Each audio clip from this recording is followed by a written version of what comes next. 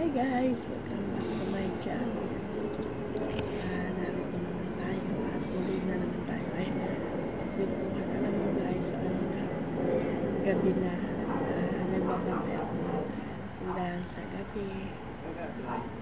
Wala Wala akong red horse pa. Ano lang nyo? Wala. Hindi pa ako nakakapamili Oo. At bata pa lang ako, yun ako ay negosyante. Nagninegosyo na ako.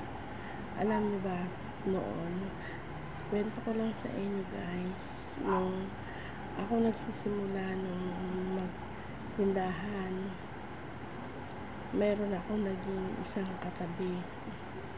Alam niyo ba, pilit kaming pinapaalis doon sa tinitirikan kong tindahan. At kasi yun muna ako kasi kukunti pa lang naman ang bahay. Lasinggero siya, lagi ako inaaway. Tapos lagi ako guys yung binabato yung tindahan namin guys. Tapos pag hindi mo pinapautang at magsusumbong pa yan dun sa mga namin para awayin ako. Inaaway ako ng inaaway dahil lang sa tindahan guys na hindi ko pagpapautang kasi hindi gani siya guys nagbabayad ng utang. At yun ang naging dahilan. Minsan binabato kami guys ng mga anak ko sa tindahan, yung bote lumilipad sa amin. Tapos pagka malasing yun, babatuhin kami. Tapos pinagtulong-tulungan nila ako guys na awayin. Tapos hinayaan ko lang sila, alam mo, dahil may pinapaaral ako ng mga anak, tumutulong ako sa asawa ko at hindi naman tayo nakakasagasa ng tao at hindi naman tayo nakakapag-perwisyo. Talaga may mga sadyang mga tao na alam mo ba yun, pinapairal nila yung inggit. Alam mo yung tao na yun, hinayaan ko lang siya na andoon yun na minsan pag mga nagiinuman sila, yung mga kainuman nila, alam mo, sinaktan niya ako, sinuntok ako nung kainuman niya. Pero hindi ko, Lord, alam mo, hindi ko sila pinansin, hinayaan ko kasi nagsusulo kami ng mga anak ko, baka kung anong gawin. Nabayaan ko, alam mo, pinasa Diyos ko lahat sila, ibinigay ko sa Diyos. Sabi ko, Lord, hindi ko kaya itong tao na to, bahala ka na po sa kanila. At alam mo naman, Lord, na namumuhay kami ng maayos at tahimik na buhay para sa aking mga anak at nakatulong ako sa asawa ko.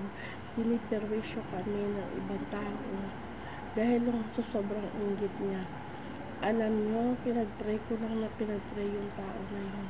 Sa awa ng Diyos, namatay kasi nagkaroon siya ng diabetes, iniwan siya ng mga anak niya.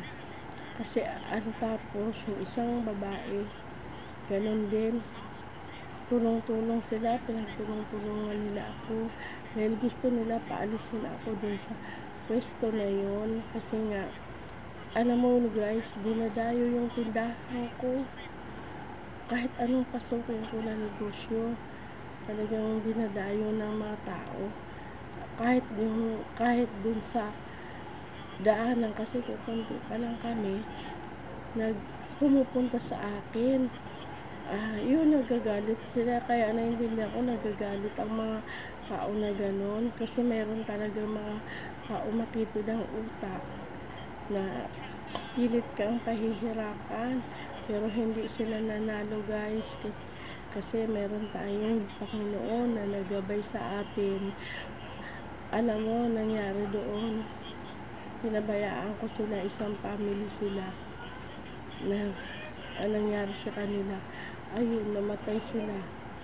Kasi inilapit ko, talagang lumuhod ako sa Panginoon dahil Lord, sabi ko, hindi ko kaya sila dahil nakakapagod sila Alam mo, doon chismis dito sa akin. Lagi ako pinaparinggan, inaaway ako, parito, sisigawan ako pag mga nalalasing sila dahil gusto nila paalisin ako sa pwesto na yun at sila ang magpapalit dahil nga nagtindahan sila. Ganon lagi ang papel ko guys, na pagdating na umuunlad ang aking tindahan, mayroon talagang tao na pilit kang pababagsakin, pero alam nyo, hindi nanalo ang demonyo talaga. Alam mo, basta nasa Panginoon ka at talagang ibigay mo sa Kanya lahat, na yun ay ikaw nang bahala Lord sa mga tao na to dahil hindi ko sila kaya. At alam mo Lord kung anong naaming na talagang gusto ko tumulong sa asawa ko, kaso nga may mga perwisyo talaga na tao na ayaw ka umangat, gusto ko hilahin ka pababa. Pero alam niyo guys kung ano nangyari sa kanila. Lahat sila namatay. Ayun. Kasi inaway nila ako ng inaway. Lagi nila ako inaaway. Tapos alam mo guys, yung isa, kasi naniniwala ako na mayroon palang ako gabay. Kasi na tuwing napanood ko doon guys sa isang tarot na isang vlogger, yan tungkol sa tarot, na parang lahat ng sinabi niya sa akin ay totoo. Kaya pala sabi ko, may gabay pala ako. Kaya pala pagka ako yung galit ka sa isang tao, hindi mo naman masasabi na ikaw na hindi naman masabi na ako ay masamang tao. Basta lagi ko lang sinasabi sa sarili ko, bahala lang Diyos sa'yo. Kasi wala naman ako magagawa eh. Alam mo po, nangyayari po yun pala. Kapag inalay mo pala sa Panginoon lahat ng mga problema mo, lahat ng mga kapag ikaw naaapi, kapag ikaw inaaway, ipaubaya mo pala sa Panginoon. Alam mo, asahan mo na ang kasagutan niya ay nandyan. Alam mo, minsan nga na itatandaan ko lagi na lagi ako awayin dahil lagi ang pinagmumulan ang tindahan. Alam mo, kahit mga simpleng hanap buhay lang yan pagkakainggitan talaga nila. Hindi talaga, may mga tao talaga na ayaw kapatahimikin dahil lang sa hanap buhay. Gusto nila ilalaglag ka, pero alam mo hindi mangyayari yun dahil nandyan ang aking gabay. Kaya naniniwala ako dun sa tarot ko na mayroon pala akong gabay. Sila pala ang aking tagapagtanggol. Kasi wala naman ako naging masamang tao. Hindi po ako naging na pasaway. Hindi ako naging ganito. Kasi alam nyo, may tinutulungan tayo tao guys. May bata tayo na nag-aaral. Kaya ipinauubaya ko sa Panginoon yan na Lord, ang sino mang umapi sa akin at umaway sa akin, ikaw na po ang bahala sa kanila kasi hindi ko po sila kaya. Yun po lagi ang sinasabi ko sa mga tao na ngayon na makitid ang pag-iisip nila.